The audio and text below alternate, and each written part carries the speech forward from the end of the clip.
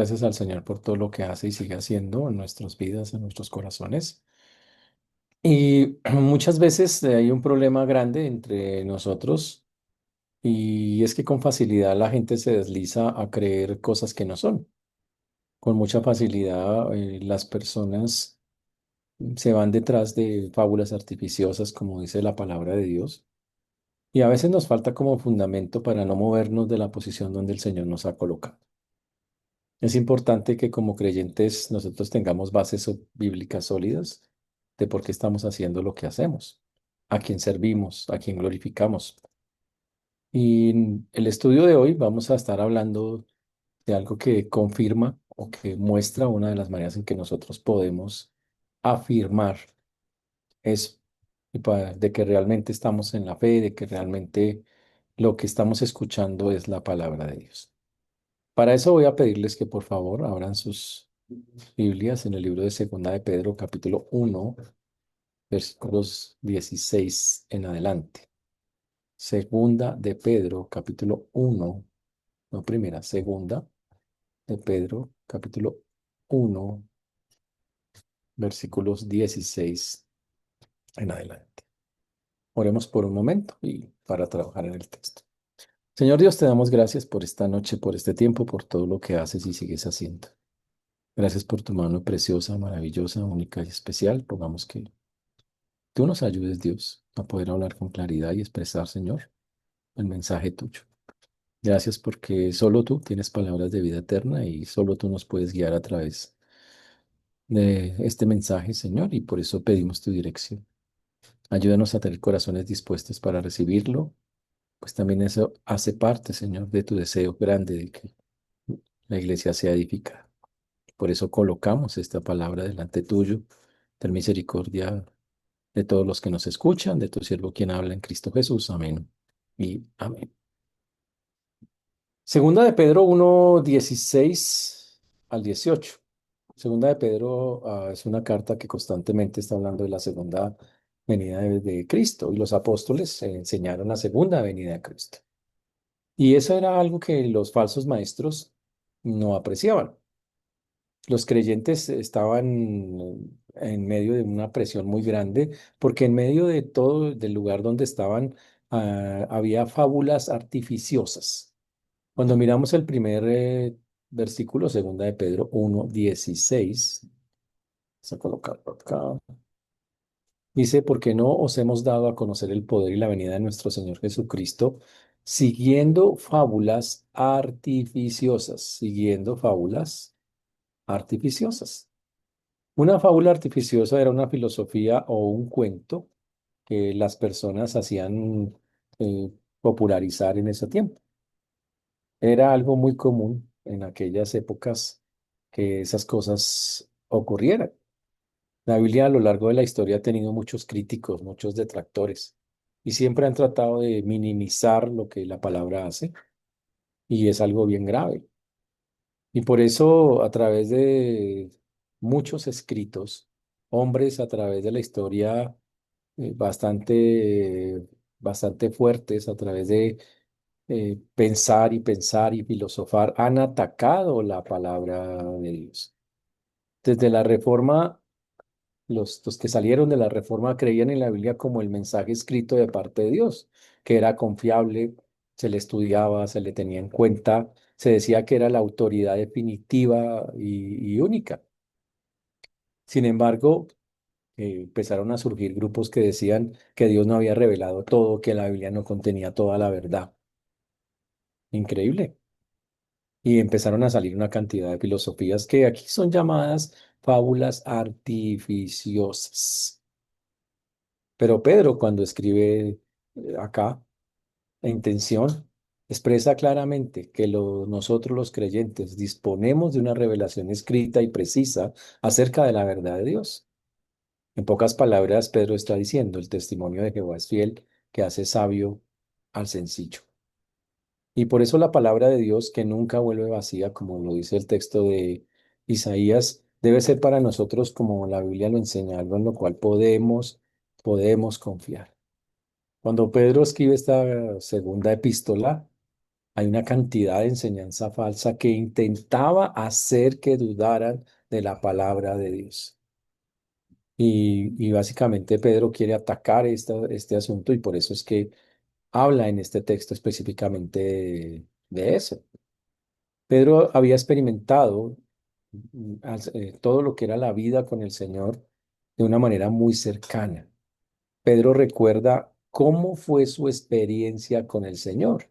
Él está absolutamente convencido que la verdad que enseña realmente ha sido transmitida por el Señor y lo dice con la convicción y la certeza, yo ya pasé por ahí.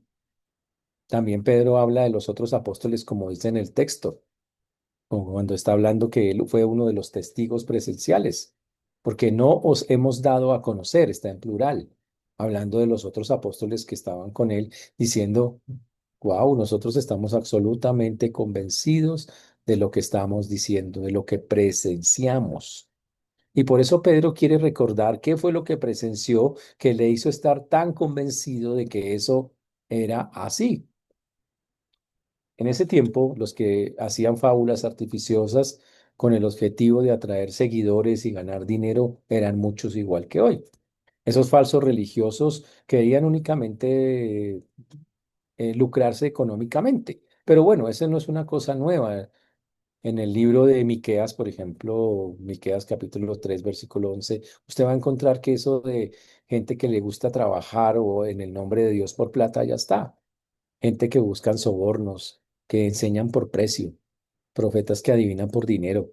Ya eso era una práctica vieja que ya estaba hace rato. Pero Pedro refuta a sus acusadores diciendo que él y los apóstoles no están siguiendo ese enfoque engañoso, pecaminoso, carnal, siguiendo esas fábulas artificiosas. Significa ideas sutilmente inventadas, pero también engañosas. Entonces, básicamente son historias inventadas, muy sutiles, pero totalmente engañosos que no tenían una cosa diferente a llegar y atraer a más y más personas y sacar provecho de ellas. Esas fábulas obviamente vienen de la cultura griega que tenía cantidad de dioses y personajes que trabajaban en eso y eran básicamente lo que caracterizaba la mitología antigua de los griegos. Y Pedro niega rotundamente que él esté utilizando alguna de las técnicas que los griegos usan cuando él está enseñando. Los falsos maestros habían manifestado a los que leían al apóstol o a los que seguían al apóstol que él estaba predicando supuestamente mitos artificiosos, que supuestamente todo lo que decía Pedro era un invento de su mente, igual que las fábulas que ellos mismos elaboraban. Por eso dice, como, porque no os hemos dado a conocer. Significa, Pedro dice, todo lo que hablo, lo que he dado a conocer. ¿Qué daba a conocer Pedro? La revelación de Dios. ¿Y qué era en este caso específico? La revelación relacionada con el poder y la venida del Señor Jesucristo. En esta carta se resalta, Jesús va a regresar, o sea, la segunda venida de Cristo. Y al parecer los falsos maestros estaban atacando a Pedro y estaban negando específicamente que el regreso de Cristo ocurriría. Y ese es el ataque más que todo que vamos a ver en la carta. Pero Pedro dice que lo que él está diciendo o dado a conocer fue lo que le fue revelado. Y dice acá, y esa revelación incluía el poder, por eso relaciona la frase, el poder y la venida de nuestro Señor Jesucristo. En pocas palabras, para que quede bien claro. Él dice, yo sé que estoy hablando específicamente del regreso de Cristo y habla de su segunda venida. Él da como un hecho ese regreso del Señor. Y por eso en el texto dice, la venida de nuestro Señor Jesucristo siguiendo fábulas artificiosas. Pedro obviamente para poder sustentar eso va a llevarnos y a recordarnos cosas que él ha vivido, cosas que son únicas y especiales. Y es cuando empiezan a aparecer los testigos para mostrar esa verdad. En ese mismo versículo dice, sino como habiendo visto con nuestros propios ojos su majestad. Ush. Pero dice, nosotros, o sea, él y los apóstoles, lograron ver la misma majestad de Cristo en todo su esplendor y creen que se va a manifestar igualmente cuando Él regrese. Todos los apóstoles habían contemplado la majestad durante la vida y el ministerio del Señor. Habían visto cosas increíbles en su muerte, en su resurrección, en su ascensión. Habían visto cosas muy, muy fuertes. Mateo, Juan, Pedro fueron testigos oculares de lo que escribieron. Pero lo que Pedro señala es que los falsos maestros negaban las afirmaciones que él hacía respecto a Jesús. Pero la diferencia es que Pedro decía, pero ellos no estuvieron ahí, yo sí estuve ahí. Ellos no fueron testigos presenciales de la vida y el ministerio de Cristo. Y por eso él resalta la frase, lo que hemos visto con nuestros propios ojos, que nos llama el texto la atención con respecto a eso. La voy a colocar ahí, dice, sino como habiendo visto con nuestros propios ojos, dice el texto. Uy, qué interesante.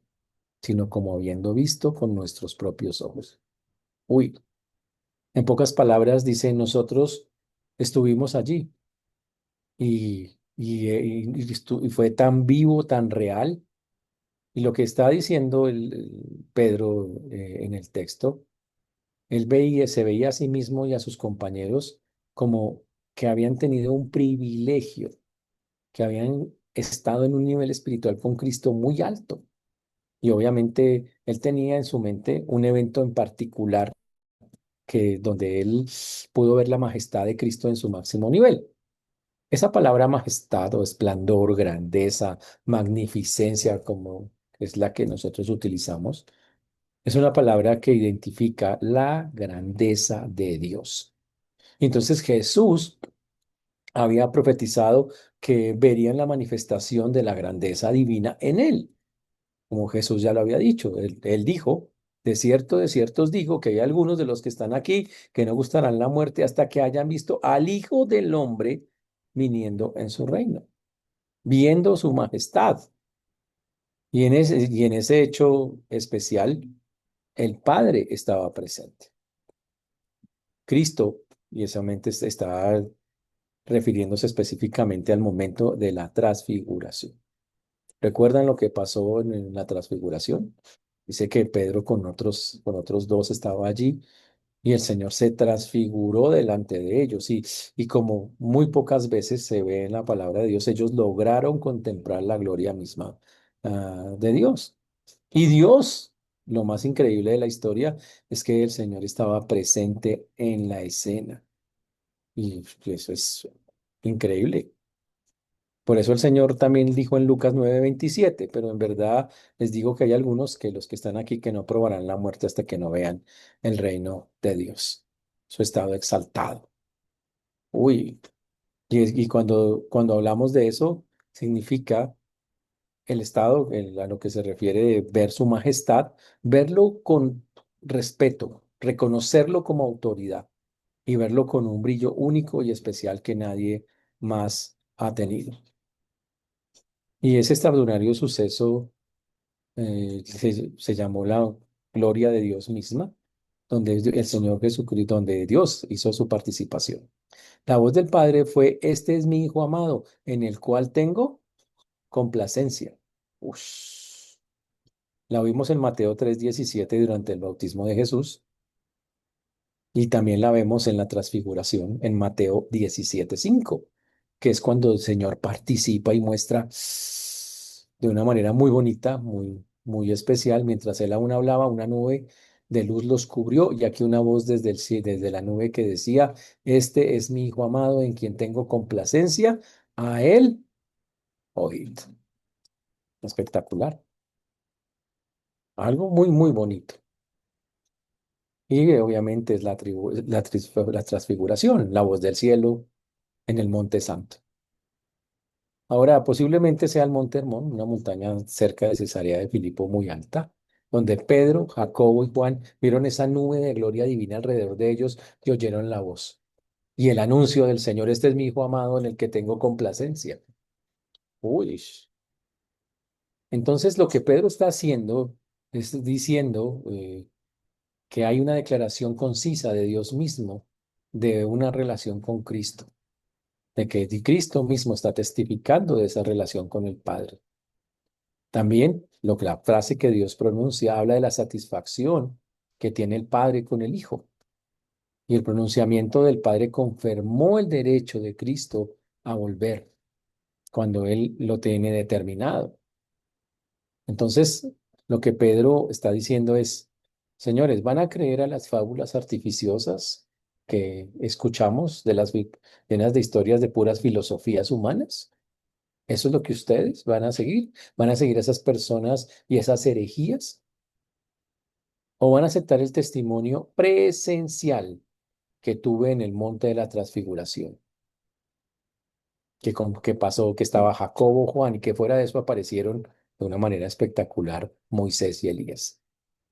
Y sobre todo, que también hay más testigos que oyeron a la voz de Dios diciendo que honraba al Hijo, en el cual tengo complacencia. Eso es algo muy bonito, muy, muy, muy, muy bonito, muy, muy especial. Cuando avanzamos al versículo 19, ¿ok? 18, perdón. Se me corrió acá el asunto. Perdón un segundito. Segunda de Pedro 1. Vamos en segunda de Pedro 1:19 en adelante. Bien. Y dice que cuando llegamos al versículo, estamos desde el versículo 16. Vamos al versículo 17 que aclara todo lo que acabamos de ver junto con allí en el asunto. Lo voy a colocar aquí en el texto para que ustedes lo vean. Pues cuando él recibió de Dios Padre honra y gloria, le fue enviada desde la magnífica gloria una voz que decía, este es mi hijo amado en el cual tengo complacencia. Espectacular, muy bonito el asunto. Ahora, Pedro atestigua que escuchó claramente esa voz. Versículo número 18, cuando estaban en el Monte Santo, confirmando así que lo que él está diciendo no se lo inventó, que había testigos allí y que podrían dar testimonio específicamente de que eso es algo que ocurrió en comparación con todos los falsos maestros que estaban hablando allí de esa manera. Y entonces aparece ese famoso versículo 19 que muchas personas se lo saben. Bueno, espero que ustedes también tengan una noción de ese versículo. El famoso versículo 19 que dice, tenemos también la palabra profética más segura, a la cual hacéis bien en estar atentos como a una antorcha que alumbra en lugar seguro, hasta que el día esclarezca y el lucero de la mañana salga en vuestros corazones. Ush. Am, el Señor, Pedro quiere resaltar algo. Déjeme decirlo con mis propias palabras.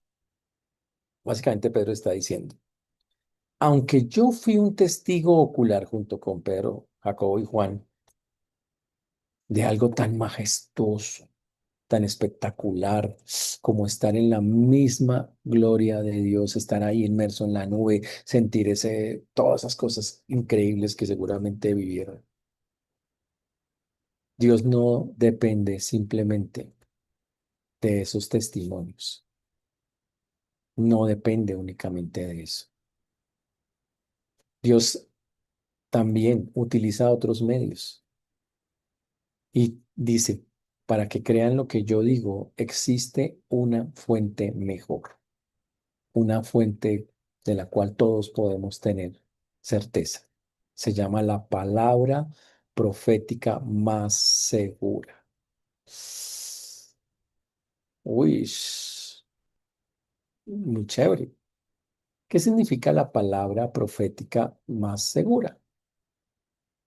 O otra traducción dice, tenemos la más segura palabra profética. Uy,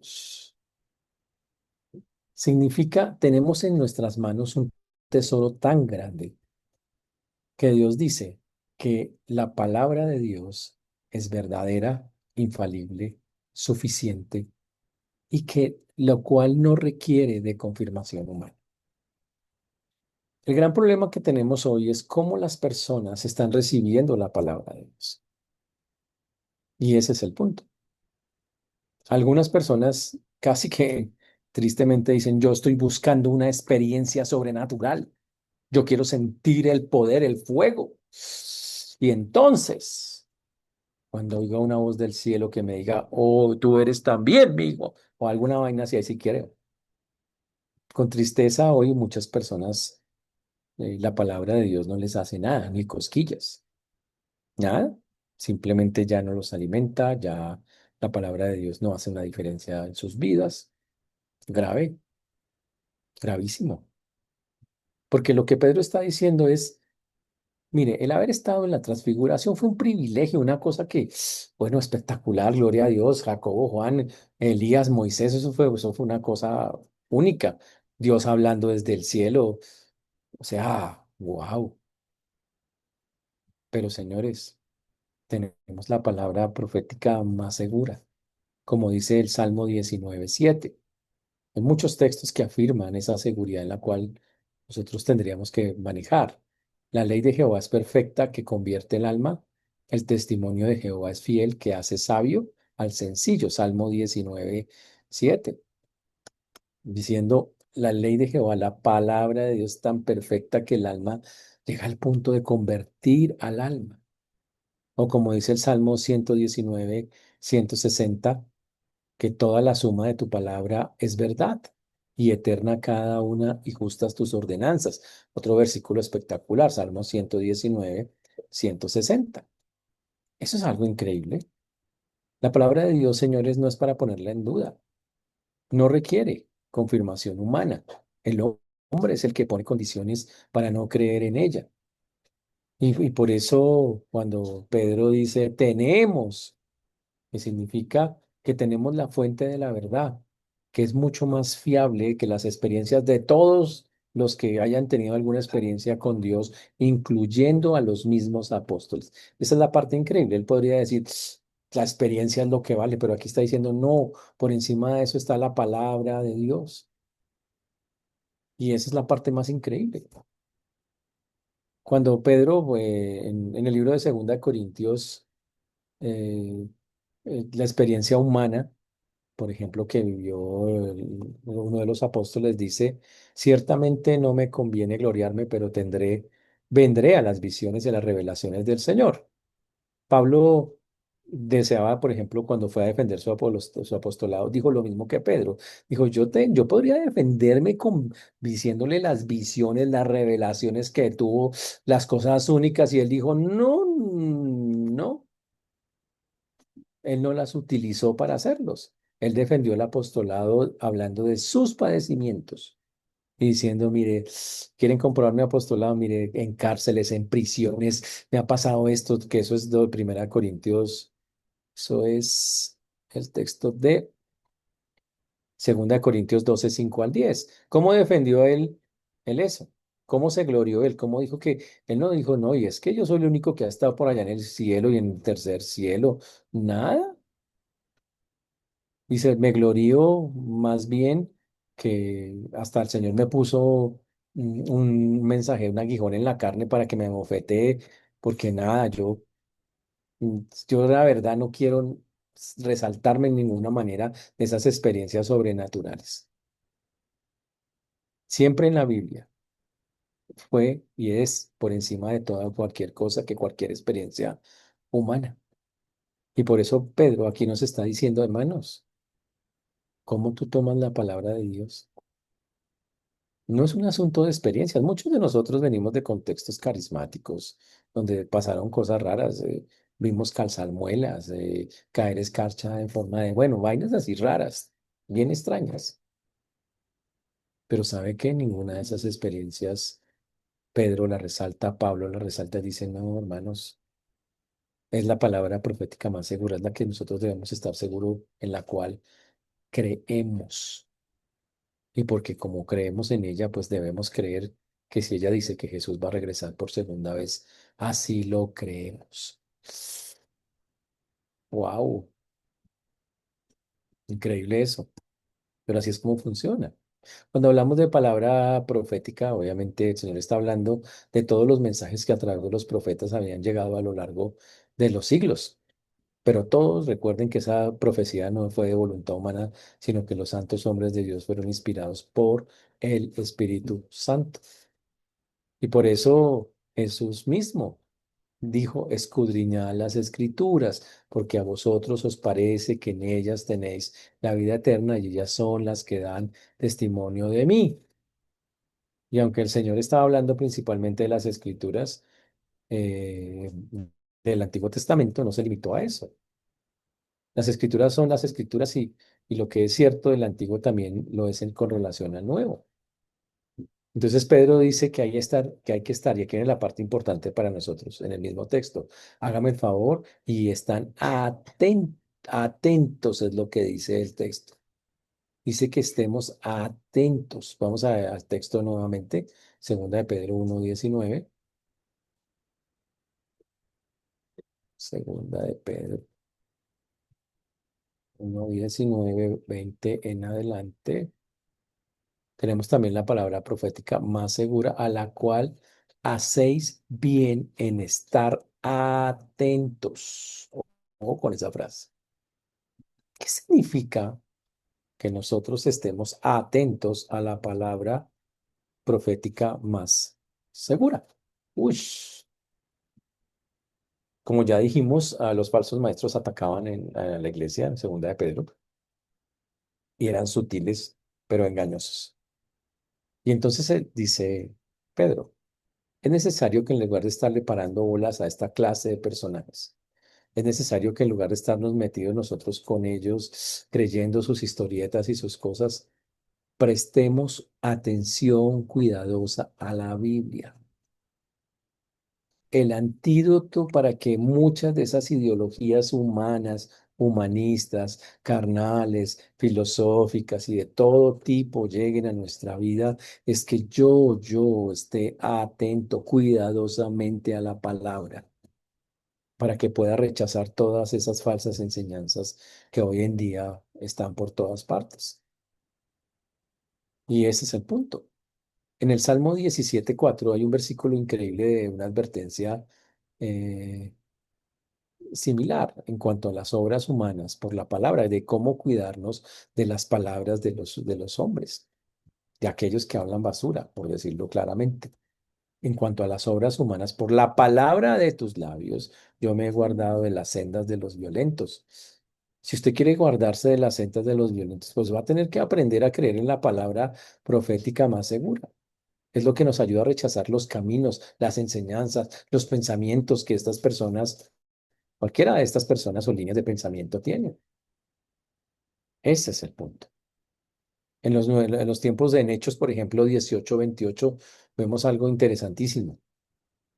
Cómo había una defensa. Dice, con gran vehemencia, versículo Hechos 18:28, porque con gran vehemencia refutaba públicamente a los judíos, demostrando por las escrituras que Jesús era el Cristo. Señores, vamos a tener ataques de todos lados siempre sobre lo que es la palabra de Dios, pero lo que vemos en la Biblia es que las personas confiaban tanto en la palabra que la defendían. Pedro entonces ofrece una lección sobre lo que él piensa de la palabra. Dice que es como una antorcha que alumbra en un lugar seguro. Una antorcha que alumbra en un lugar seguro. Uy, y eso es, así lo dice, mire, como una antorcha que alumbra en un lugar seguro. Como cuando dice lámparas a mis pies tu palabra y lumbrera mi camino. El Salmo 119, 105. Y lo que está diciendo es que la palabra alumbra los lugares secos, áridos, turbios, sucios. Y habla, y en términos más todavía como los que estamos hablando, la palabra de Dios alumbra en un mundo caído, oscuro, en que las personas no pueden distinguir la verdad hasta que la antorcha que nosotros tenemos de la revelación divina les resplandezca. Por eso cuando lo que Pedro pide en el texto acá, dice como una antorcha que alumbra en lugar oscuro hasta que el día esclarezca y el lucero de la mañana alumbre en vuestros corazones. Hablando de que la Biblia es una antorcha en este momento que tenemos que utilizar, que no tenemos algo diferente para eso, que el calendario de Dios se está moviendo hasta el día designado en que el Señor regrese totalmente con toda su majestad y con toda su gloria. Eso va a ser cuando el día esclarezca y entonces Cristo finalizará lo temporal, esta noche, esa oscuridad temporal por culpa del pecado y terminarán esas tinieblas espirituales y regresará en gloria para establecer su reino. Ahí es cuando va a terminar eso, cuando lo veamos como Rey de Reyes y Señor de Señores. Y entonces ese acontecimiento marca la culminación del propósito de la salvación de Dios. Y significa hasta, como dice acá, hasta que el día esclarezca y el lucero de la mañana salga en vuestros corazones. El lucero de la mañana es una palabra que significa el portador de luz. Mm, Cuando venga Cristo, se inicia el reino milenial. Él establece su reinado. Y Pedro añade que el hecho de que la estrella sale en los corazones añade que la estrella sale en los corazones de los creyentes. En otras palabras, Cristo va a regresar en su resplandor, visible a todo el mundo. Afectará a todo ser humano, para bendición para los que crean, para maldición los que no crean. Y finalmente destruirá ese mundo. Y cuando dice que alumbrará los corazones, implica que el corazón de las personas será transformado y la gente se parecerá más en verdad y en justicia a su Salvador. Por eso, cuando el Señor regrese, esa revelación temporal que tenemos ahora de todo, se cambiará por una revelación eterna, completa. Entonces todo lo que hemos escuchado se cumplirá y se inscribirá para siempre en los corazones de todos aquellos que creen en Él. ¡Wow! Y cuando eso pase, algo increíble, eso es algo increíble. Recordemos que toda la escritura es inspirada por Dios. Y por eso es tan importante para nosotros entender que ninguna profecía es de interpretación privada. Y eso es algo muy bonito, muy bello saber ese asunto, que todos tenemos acceso a la palabra de Dios, porque el texto termina en el 20 y 21, dice así, estoy en segunda de Pedro 1:20, vamos a mirar el 1:20 y el 1:21 para terminar. 1:20 y 1:21. Entendiendo, dice ahí primero esto,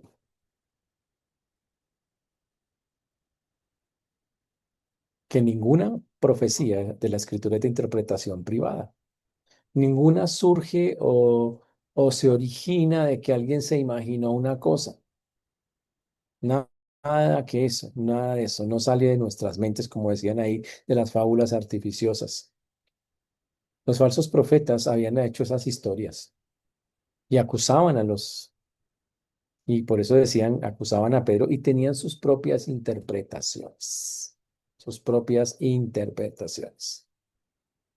Y lo que estamos diciendo es que nunca la profecía fue traída por voluntad humana.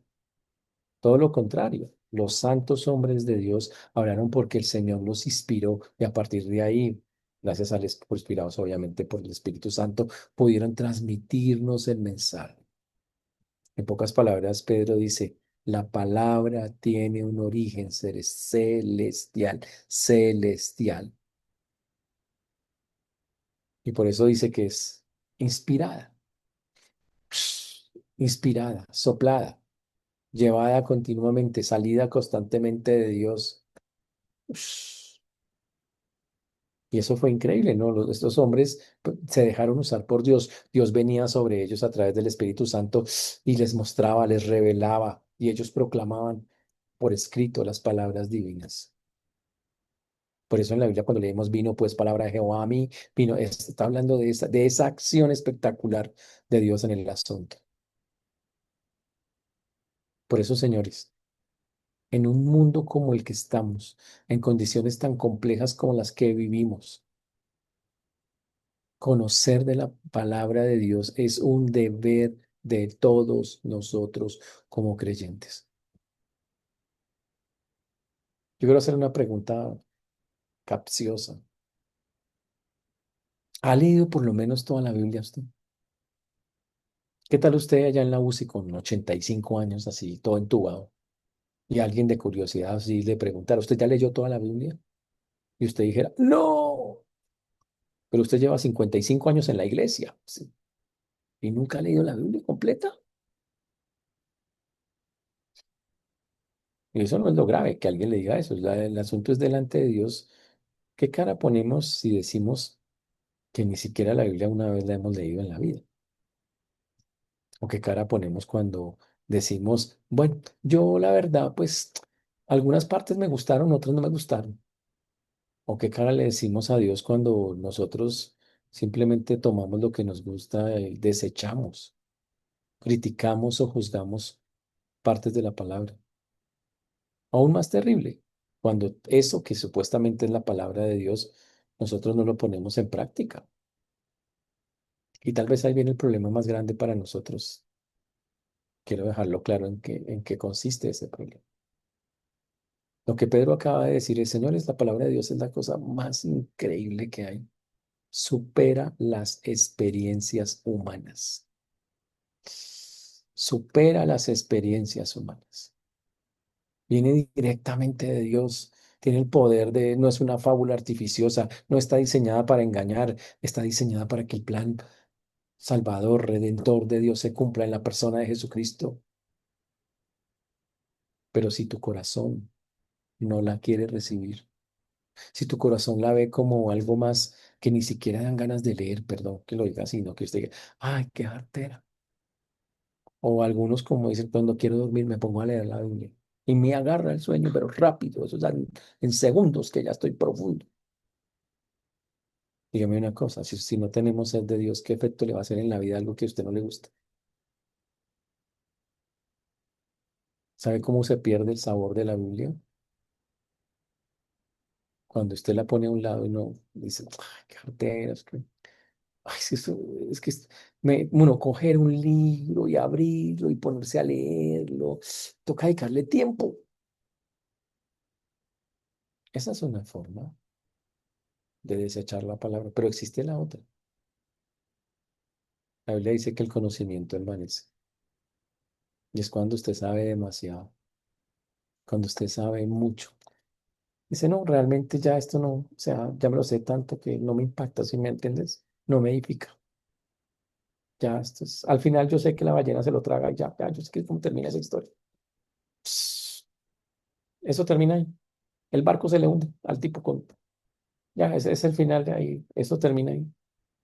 Le llueve un montón de días. No, ¿sabe qué? Eso es algo grave, porque quiere decir que la palabra pierde su efecto. En todo lo que hemos leído, la palabra sustentaba al creyente y le daba la esperanza. Cristo va a regresar. No importa lo que digan los falsos maestros, los falsos profetas, las filosofías, lo que diga este mundo en el que nosotros estamos, Cristo va a regresar. Pero ellos lo decían porque ¿saben qué? Cuando leían la palabra, decían, no hay nada más poderoso que esto, no hay nada más bonito. La tomaban, querían saborearla y cogía, tomaba sabor para ustedes. Cuando la sal pierde su sabor, ¿para qué sirve? Para nada. En los tiempos antiguos, cuando la sal perdía su sabor, su capacidad de salar, de afectar su entorno, ¿sabe para qué la usaban? Para rellenar huecos en las carreteras. Literalmente echarle tierra, sale a un hueco y ya listo, porque no servía para nada más. Entonces hoy tenemos que hacer una pregunta como seria, como fuerte. La Biblia, la palabra de Dios tiene sabor para usted, tiene sazón. ¿Qué significa que tenga sazón? Le afecta. Y quiero dejarlo súper claro. Depende de cada uno de nosotros más que de cualquier otra cosa. Hay muchos factores que nos pueden ayudar, pero ¿sabe quién depende realmente que funcione? De nosotros. De que nuestro corazón la mire de esa manera. ¿Quiere que les dé ejemplos de eso? Hay gente que está en iglesias donde no les enseñan media cosa de la Biblia. Pero si yo les preguntara, ¿ustedes aman al Señor? ¿Ustedes qué dirían? Harto. ¿Y cómo es que con tan poquito se animan, se fortalecen? Porque es que es cuestión del corazón, que esté prendido. Y yo me pregunto si su corazón y el mío están prendidos. O si hace rato usted lo apagó. Es una pregunta que yo no puedo contestar. Señores, nosotros tenemos que volver, buscar, ver en la palabra la fuente de nuestra esperanza. Ella es la que tiene que darnos esa esperanza. Tenemos que tener tanta sed que cada bocadito sea un deleite para nosotros. Pero si ya la Biblia para usted, la palabra de Dios es una jartera, algo que ya lo aburre, lo cansa, algo que no quiere tener cerca, algo que le cuesta siquiera, tenemos un problema. Quiere decir que nuestro corazón se endureció, o por pereza, o por soberbia, o por orgullo, o por altivez, por creernos mucho, por creernos que sabemos todo. Pero la Biblia lo aclaró Jesús lo aclaró bastante. Bienaventurados los pobres de espíritu, porque ellos verán el reino de Dios.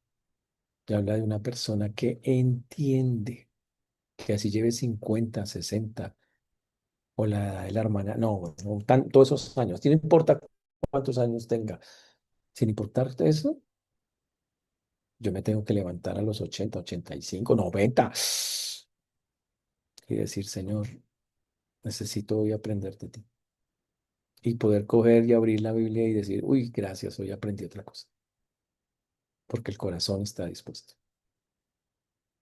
Si el creyente no dispone su corazón, no importa que lea, que escuche de la palabra de Dios, no le va a servir para nada, no le va a hacer ningún efecto. Por eso Pedro hoy nos recuerda, la palabra es la esperanza del creyente, pero si la palabra no tiene sentido o ha perdido el sentido, tú eres, cada uno de nosotros, el responsable en gran parte de eso, porque ya no sale a nuestro corazón, ya no le da sazón a la vida.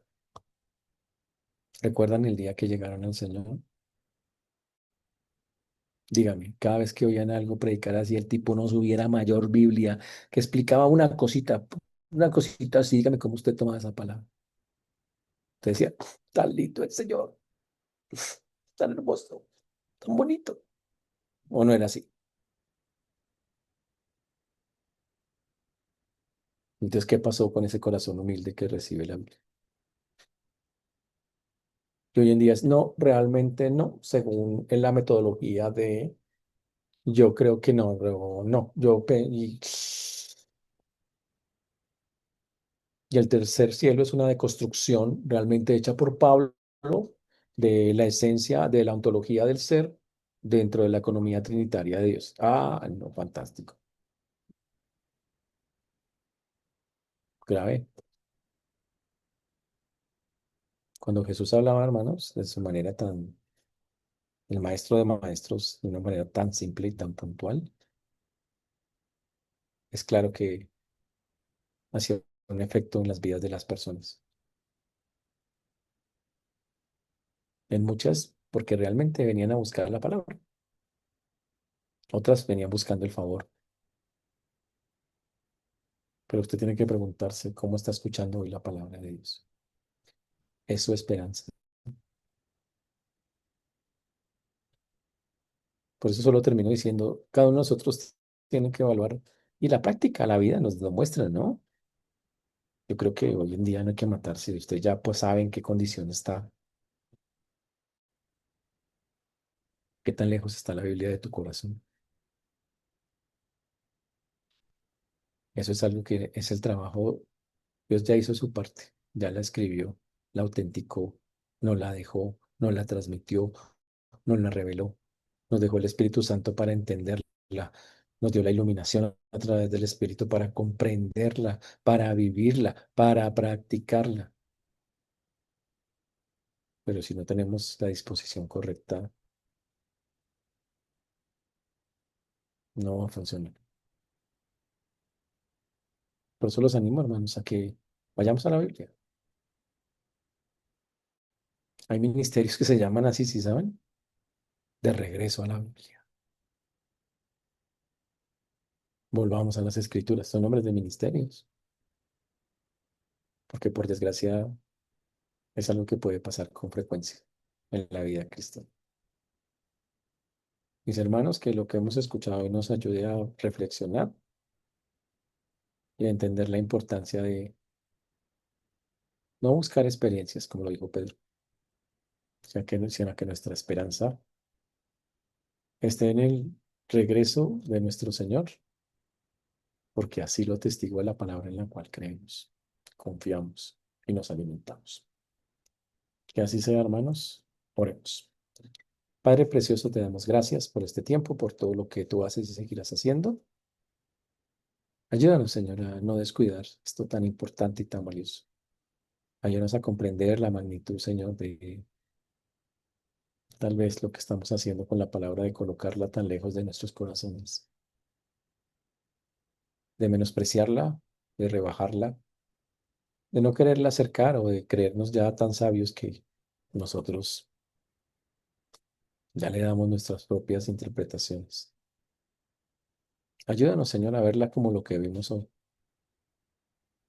la palabra profética más segura, la que es la que sostiene un creyente, la que nos permite esperar en tu venida, en tu regreso, Señor, mientras vivimos en un mundo lleno de ideologías y de cosas que no tienen sentido. Por eso damos a ti el honor y la gloria, Señor, en esta noche.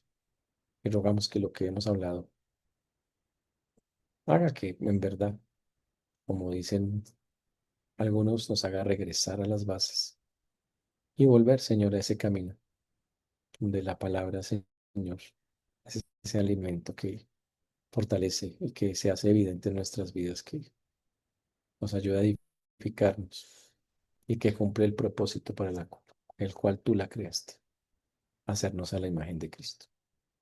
Por eso dejamos en tus manos lo que hemos hablado y lo hacemos en el precioso nombre de Jesús. Amén.